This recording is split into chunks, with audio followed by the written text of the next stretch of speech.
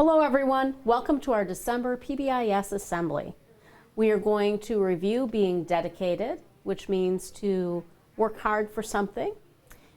Just like I told you that our teachers and staff here at Vollmer Elementary are dedicated to supporting you and learning and doing your best this year.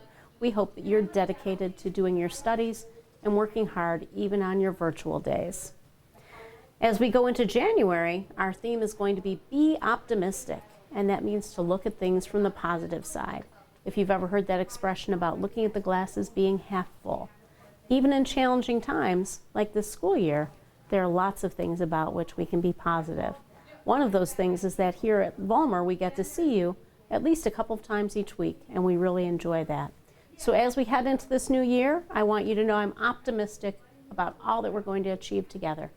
Have a great holiday and a good winter break, and be optimistic heading into the new year.